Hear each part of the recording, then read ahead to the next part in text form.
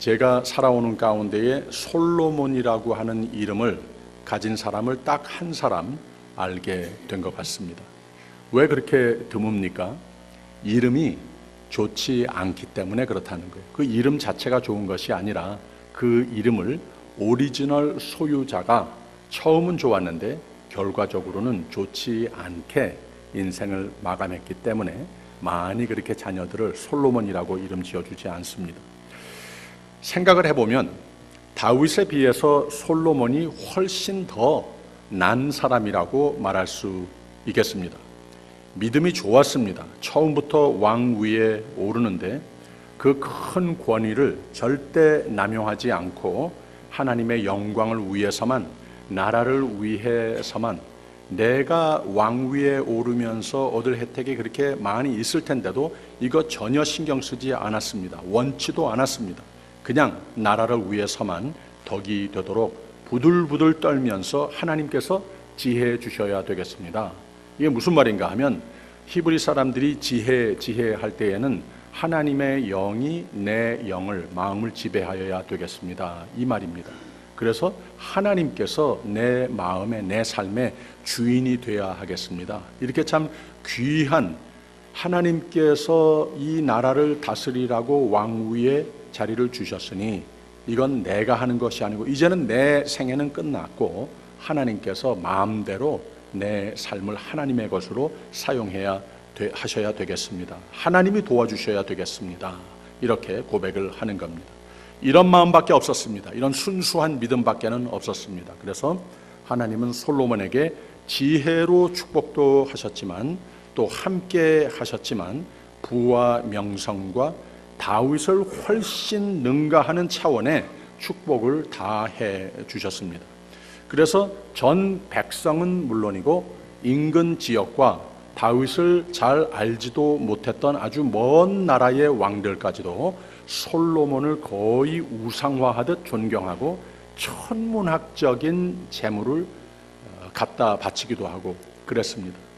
근데 하나님은 축복하시고 백성의 칭송을 받고 타국의 존경을 받아서 해상무역도 엄청난 성공을 누려서 나라에 큰 덕을 끼치는 왕이 됐는데 문제는 솔로몬은 자신의 부와 명성과 권력을 하나님의 뜻에 벗어난 믿음과 나라를 위해 오직 겸손한 하나님만 오직 의지했던, 하나님 영광만 오직 바랬던 그 오리지널 프레이어, 하나님 나에게 이 지혜만 주시면 되겠습니다 했던 그 마음이, 그 믿음의 내용이 변했습니다. 그렇게 큰 부와 명성과 권력을 잘 선용하지 못하고 자기 자신의 궁과 자기 자신의 삶을 자신이 감당하지 못할 정도로 더 크게, 더 많게만, 더 욕심스럽게 확장은 하는데 하나님과는 점점 더 멀어지고 말았습니다. 그러더니 자신의 1000명에 이르는 왕비를 두고 이 신앙과 상관없이 바로 1000명이라고 하는 왕부를 곁에 두고 그것까지도 문제인데 그들의 신앙, 그들이 가지고 있는 신앙과 종교를 쫓아가기 시작을 했습니다. 여기까지 생각을 해보면 솔로몬이 큰 죄를 범하기 시작을 한 것은 맞는데 따지고 보면 다윗하고 비교를 하면은 다윗의 죄가 더 컸습니다. 자신에게 충의했던 우리아의 아내를 범한 죄도 있었고 또 그 죄를 감추려고 모략을 하다가 결국은 그 남편을 죽인 죄, 이 솔로몬의 죄보다 더 큰 죄라고 할 수 있지 않겠습니까? 근데 왜 아직까지도 다윗의 이름은 많은데 솔로몬이라고 하는 이름은 없는가? 이후에 문제가 됐습니다. 다윗은 나단 선지자를 통해서 하나님이 경고를 했을 때 즉시 전적으로 회개하고 하나님의 은혜의 손길을 그 삶에 다시 회복했습니다. 아, 내가 이렇게 벗어났구나, 하나님을 멀리했구나, 또 내가 다 잘 된다고 생각을 했을 때 하나님을 멀리하기도 하고 예배도 드리지도 않고 말씀을 멀리하고 기도도 하지 않고 그랬더니 이렇게 죄를 지게 된 것이구나. 하나님 앞에 두 손을 들어 항복하고 회개를 했습니다. 하나님의 은혜의 손길이 그 삶에 다시 회복이 됐습니다. 그래서 나중은 다 잘 되지 않습니까? 솔로몬은 그렇게 하나님을 떠나고 자신의 권력과 명성에 도취해 가지고는 마음대로 이방신을 예배하고 자신의 부와 권력을 천방지축, 흥청망청, 과분한 사치로 웨이스트하는 가운데에 하나님께서 찾아오십니다. 스탑하라고, 고만하라고 경고를 하셨는데 그 마음, 그 처음 나에게 나왔던 믿음 지켜야 되는 것이야. 그래야 넘어지지 않고 미래에도 잘 되는 것이다. 경고를 하셨는데 솔로몬은 바로 이 시점에서 인생의 가장 큰 실수를 한 겁니다. 지금까지 지은 죄보다 가장 큰 실수가 무엇인가? 회개를 안 했습니다. 인정을 안 했습니다. 성경은 솔로몬은 아버지 다윗과 같지 아니하였고 그것이 하나님 앞에 큰 악을 행한 것이라고 기록을 하고 있습니다. 이렇게 두 번 하나님이 나타나셨는데 솔로몬은 그냥 하나님을 등지고 자기 자신 섬긴 다른 신을 좇는 큰 죄를 그냥 끌어안고 살겠다고 선택을 한 겁니다. 그래서 하나님은 내게 축복했던 모든 것, 너 자신도 다 망가질 것이고 내 나라도 위태롭다가 망가질 것이라고 선포를 합니다. 그래서 솔로몬이라고 하는 이름이 거의 없는 겁니다. 지난 수요일은 이 말씀을 보면서 교훈을 얻어서 잘 될 때 잘해야 되는 것이다 결론을 함께 맺었습니다. 시작이 좋은 것 좋은 것인데 끝이 좋은 것이 더 좋은 것이다 라는 말입니다. 현재가 좋은 것 참 좋은 것인데 나중도 좋아야 하는 것, 이것이 더 좋은 것이다. 세상의 모든 것은 항상 건강을 유지하고 늘 자라야 합니다. 목적의식이 분명해서 늘 성장을 하고 있어야 건강한 것이고 그 생명체의 결론적인 목적을 이루게 되는 것 아니겠습니까? 모든 생물체가 그렇고 사람도 그렇고 신앙도 그렇습니다. 모든 공동체 생활도 그렇고 가정도 그렇고 교회도 그렇고 나라도 그렇습니다. 우리 모두가 부활절을 지냈습니다. 부활절을 지냈으니 라고 설교 제목을 붙였습니다. 오늘 말씀의 핵심은 이와 같이 주 안에 서라 그랬습니다. 우리는 하나님의 기쁨입니다. 하나님께서 참 우리에게 생명의 면류관을 씌워주셨습니다. 예수 그리스도의 공로로 말미암아 우리 한 것 아무것도 없는데 하나님께서 우리에게 부활의 소망을 허락하여 주시고 이 생애를 사는 가운데에도 세상이 알 수 없는 생명의 삶을 열매 맺도록 다 축복해 주셨습니다. 그래서 우리는 그 안에서 서야 합니다. 지난주일에 부활주일 예배를 드렸는데 우리는 이제 부활적인 삶을 살기를 하나님께서는 원하셔서 오늘 이 자리에 초대해 주시고 말씀을 주시는 겁니다. 자칫 잘못하면 우리가 부활절 예배를 드린다든지 성탄절 예배를 드린다든지 땡스기빙 예배를 드린다든지 에브리 선데이 예배를 드린다 하여도 그냥 예배 한 시간 형식에 머무를 위험이 있습니다. 우리는 항상 하나님께서 나에게 축복해 주신 부활적인 삶을 항상 성장하고 항상 하나님께서 보고 싶어 하시는 참 기뻐하시는 건강한 모습을 잘 유지하고 있는가?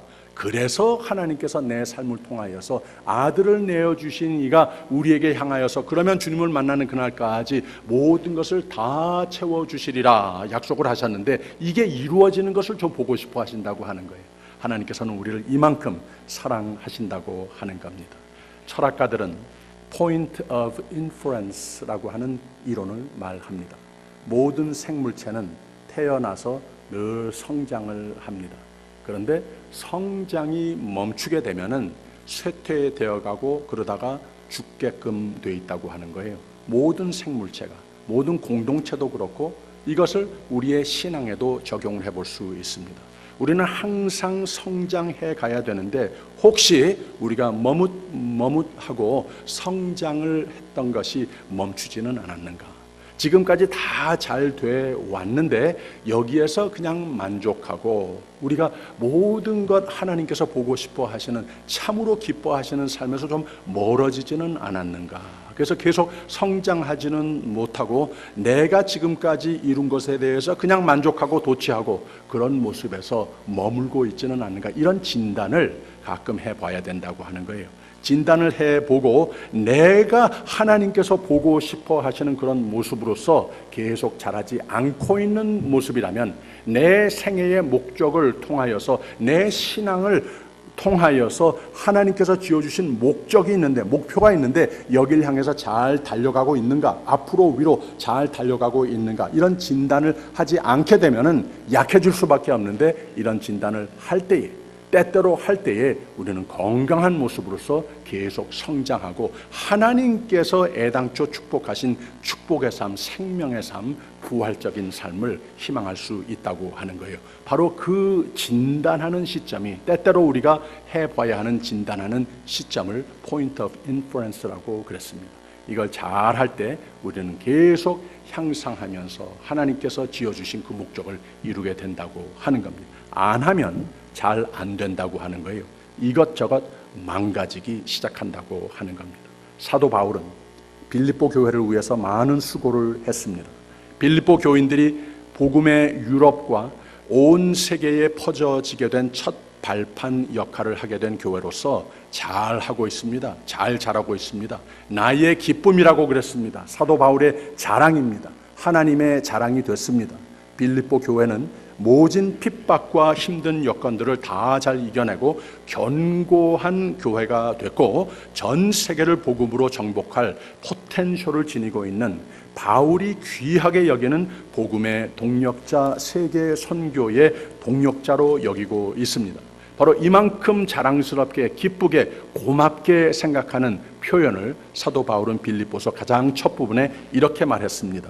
내가 너희를 생각할 때마다 나의 하나님께 감사하며 간구할 때마다 너희 무리를 위하여 기쁨으로 항상 간구함은 첫날부터 이제까지 복음에서 너희가 교제함을 인함이라. 너희 속에 착한 일을 시작하신 이가 그리스도 예수의 날까지 이루실 줄을 우리가 확신하노라 그랬습니다. 이렇게 기뻐하는 교회였어요. 그래서 사도 바울에게는 빌립보 교인들이 지금까지 잘했는데 구원을 받았고 부활의 소망으로 빌립보 교인들이 이 세상의 유혹과 시험과 핍박에 영향을 받아서 약해지거나 타락하거나 하면은 안 될 것을 잘 알고 있었습니다.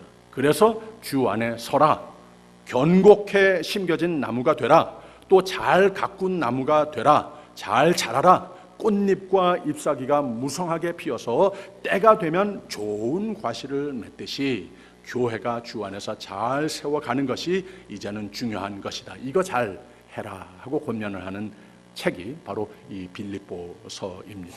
오늘 말씀 4장 1절을 읽었습니다. 그러므로 나의 사랑하고 사모하는 형제들, 나의 기쁨이요 면류관인 사랑하는 자들아, 잘했다, 모든 거 잘했다 칭찬하는 거예요.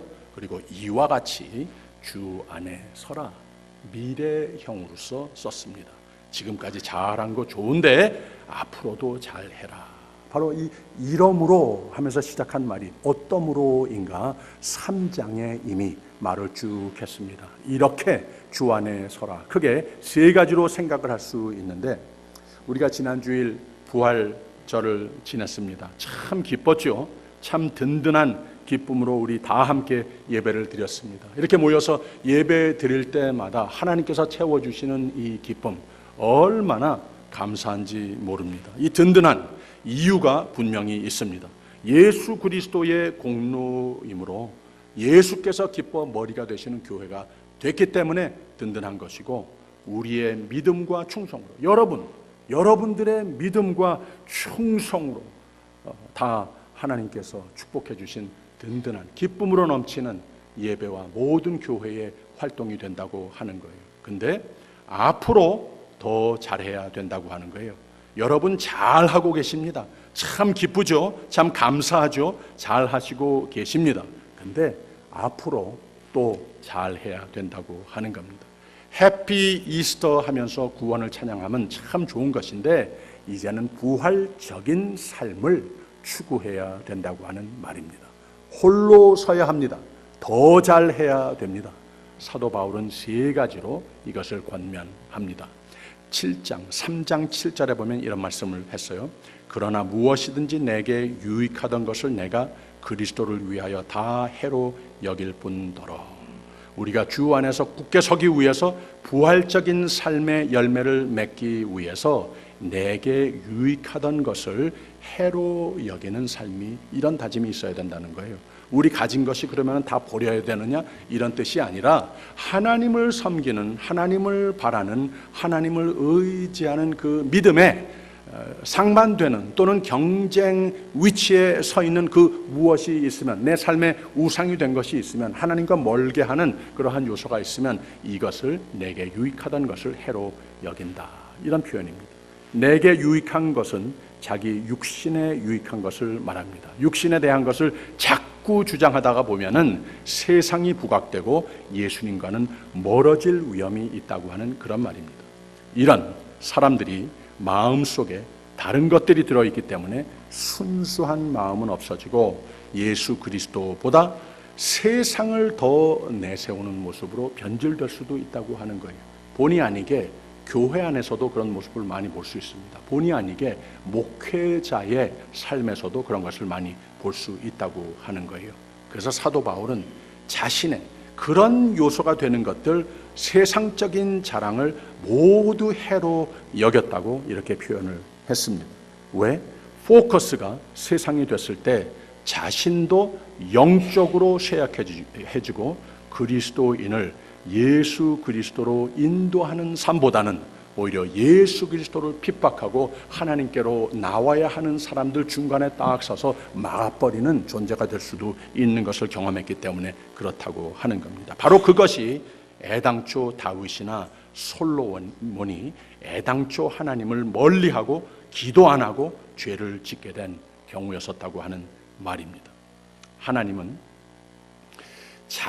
나 자신이라든지 내가 가지고 있는 모든 것이라든지 세상적인 자랑 내세우는 사람은 기독교 역사상 한 번도 쓰신 적이 없습니다. 절대로 사용하지 않으십니다. 하나님께서는 자아가 완전히 깨진 사람, 예수를 만남으로 회개 과정을 거쳐서 그 다음에는 매일매일 죽노라, 사도 바울의 고백과 같이 매일매일 하나님의 뜻에, 나를 부르신 뜻에 맞추어 사는 삶을 노력하는 그 삶을 거쳐서 육으로 살던 모습이 해로 여기는 이 acknowledgement, 인정으로, 진정으로 인정하는 것이 있을 때에 하나님께서는 이렇게 깨어진 사람을 축복하시고 축복의 원천으로 사용하심을 믿으시기를 바랍니다. 두 번째 사도 바울이 권면하는 말은 고상한 지식이라고 했습니다. 모든 것을 해로 여긴 이유를 설명합니다. 모든 것을 해로 여김은 내 마음과 삶을 이런 것으로 비웠으면 거기에다가 무엇으로 채우는가? 3장 8절에 또한 모든 것을 해로 여김은 내 주 그리스도 예수를 아는 지식이 가장 고상함을 인함이라 라고 말씀했습니다. 예수 그리스도를 아는 지식, 구원을 받게 한 것 맞죠?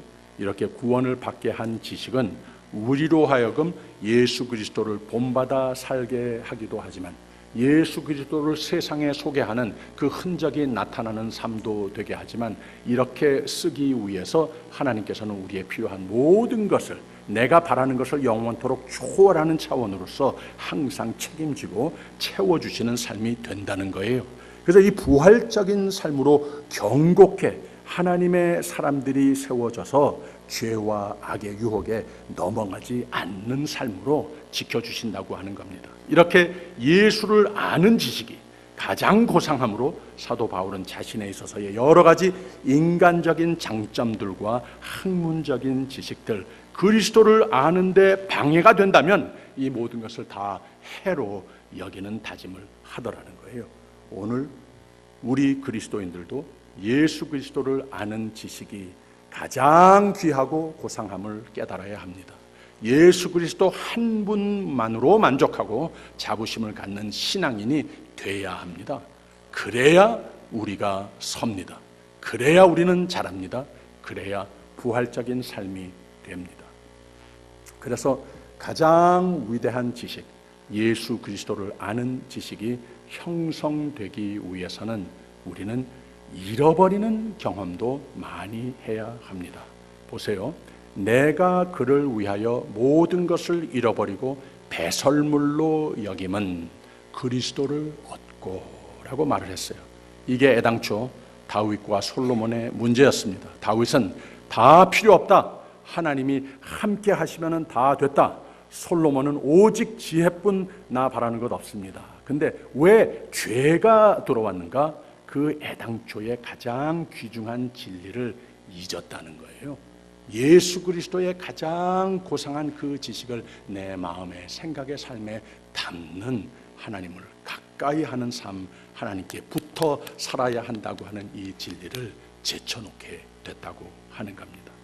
사도 바울은 내가 사는 것이 곧 그리스도이시다, 그리스도께서 내 안에 사시는 것이다. 그래서 하나님이 사시는 것이 내 삶이 됐고, 내가 사는 것이 이 세상에 살고 있지만 하나님이 나를 통해서 사시는 것이다, 이런 표현을 했어요.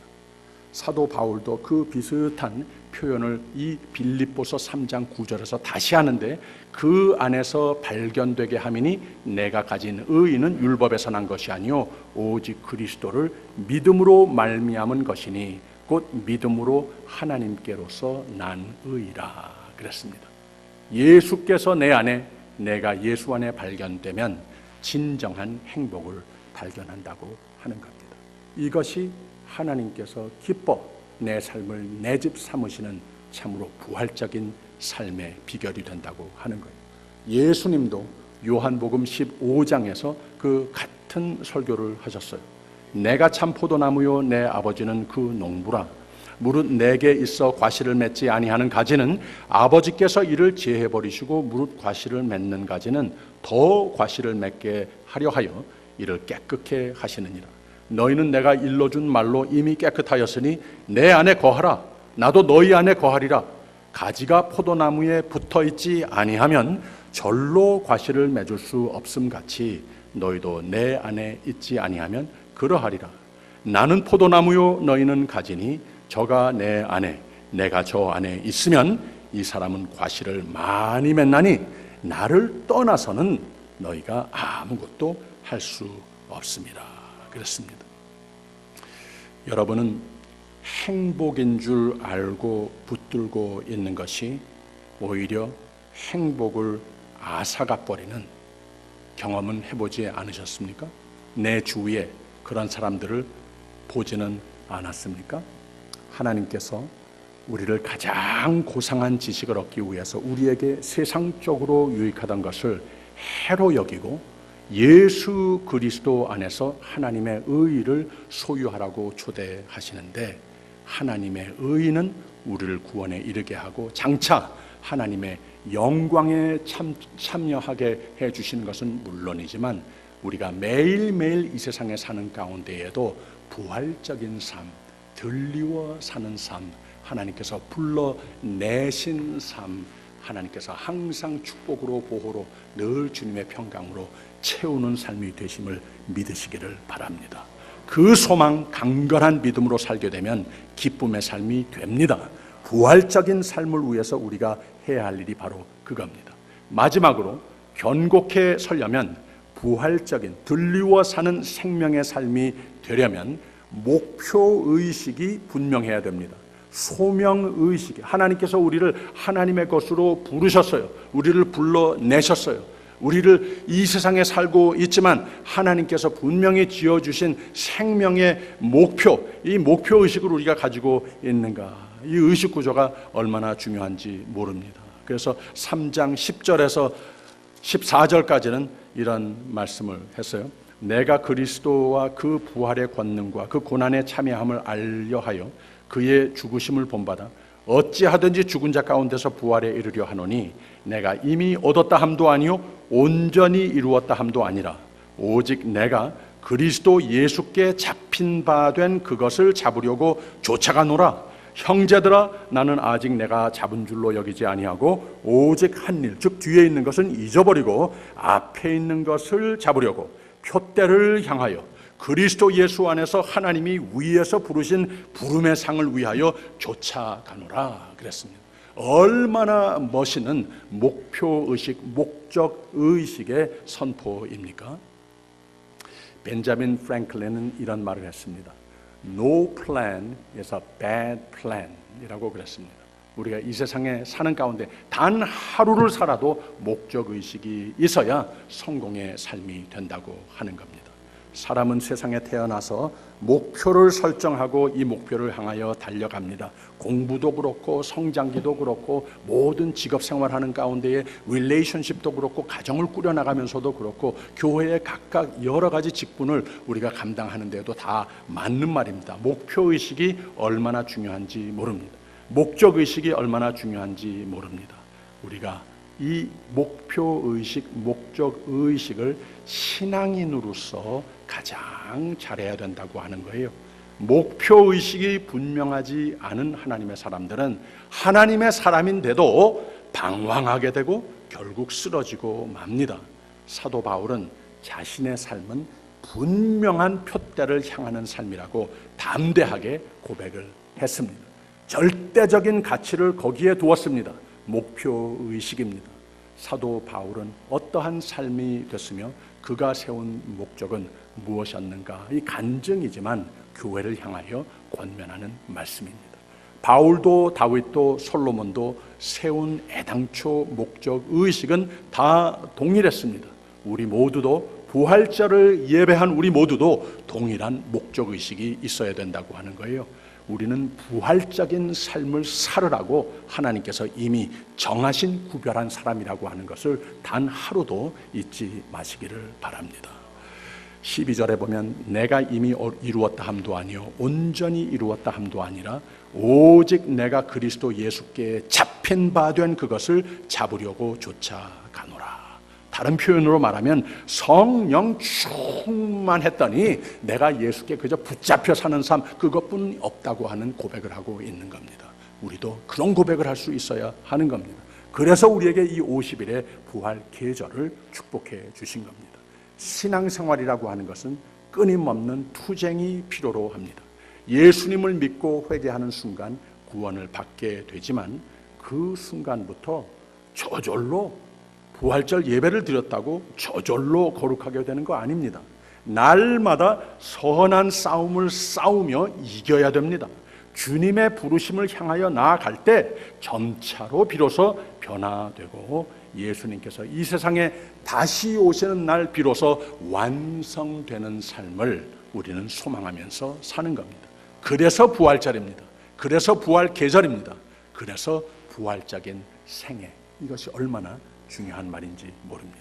우리는 우리를 사랑하셔서 만세 전부터 택하시고 불러주신 주님의 뜻을 이루기 위해서 이 땅을 떠나는 그날까지 연속 주님을 쫓아가는 삶이 돼야 하는 겁니다. 세상적 사심에 붙들려 그것을 쫓아가는 삶이 돼서는 안 됩니다. 돈 욕심도 아니고 인간적 경쟁심도 아니고 인간적 인간적인 마음으로서 이 세상에 나를 유혹하고 끄는 그러한 세력들에게 척척 내 마음과 삶을 내주면 안 된다고 하는 겁니다. 그리스도를 쫓아갈 때만이 하나님의 온전한 복을 누리게 되는 것이고 참된 행복을 누리는 형통의 삶이 되는 줄을 믿으시기를 바랍니다. 예수께 사로잡힌 성도들이 되셔서 날로 주를 닮아서 날로 예수께서 마음대로 능력 부어넣어 주셔서 하나님의 의 또 하나님의 나라를 위해서 막 두 손을 들어 축복하시고 축복의 원천으로 쓰임을 받는 우리 모두가 되시기를 주님의 이름으로 축원합니다. 부활적인 삶을 잘 그리는 이달의 달력 성구입니다. 복 있는 사람은 악인의 꾀를 좇지 아니하며 오만한 자의 자리에 앉지 아니하고 오직 여호와의 율법을 즐거워하여 그 율법을 주야로 묵상하는 자로다. 저는 시냇가에 심은 나무가 시절을 좇아 과실을 맺으며 그 잎사귀가 마르지 아니함 같으니 그 행사가 다 형통하리로다. 믿음이 좋은 사람은 하나님을 의식하고 하나님을 찾고 하나님의 도움으로 나의 힘, 나의 자원, 나의 나이, 나의 건강 상관없이 형통의 생애, 생명의 삶을 누리는 사람들이 믿음의 사람이라고 하는 것을 믿으시길 바랍니다. 하나님은 시편 121편의 말씀과 같이 우리를 지키시는 하나님이십니다. 시편 23편 말씀과 같이 우리가 그를 찾을 때 우리의 목자가 되셔서 부족함을 다 채우시는 하나님이심을 믿으시기를 바랍니다. 하나님은 시편 13편과 같이 우리가 두렵고 불안할 때 하나님을 찾으면, 하나님께 붙어 있으면 평강의 영으로 그 두려움을 바꿔주셔서 나의 하나님은 나를 후대하심이로다 찬송으로 바꿔주시는 하나님이심을 믿으시기를 바랍니다. 이 하나님이 하갈에게도 안심시켜 주신 것과 같이 우리를 항상 우리가 잘 모르고 아무것도 앞이 안 보일 때도 감찰하시는 하나님이심을 믿으시기를 바랍니다. 하나님은 나를 감찰하시는 하나님, 이 하나님 예배하는 자리로 나와 하나님을 찾으시는 여러분들은, 이 자리에 나와 하나님을 찾으시는 그 성호를 부르시는 여러분들은 참 잘하시는 겁니다. 하나님이 반드시 도우십니다. 하나님이 다 보십니다. 하나님이 다 잘 되도록 인도하여 주실 것을 믿으시기를 바랍니다. 축원합니다. 축원합니다. 기도하겠습니다. 하나님 아버지, 선한 목자 되신 우리 주 하나님, 생명을 주시니 감사합니다. 믿음으로 지금까지 지내온 것 다 잘되게 인도하심 축복 감사합니다. 나도 선한 믿음과 충의로 주님을 따라서 하나님이 이미 축복하신 더 잘되는 열매를 맺는 부활적인 삶이 되게 하여 주시옵소서. 예수님 이름으로 기도합니다.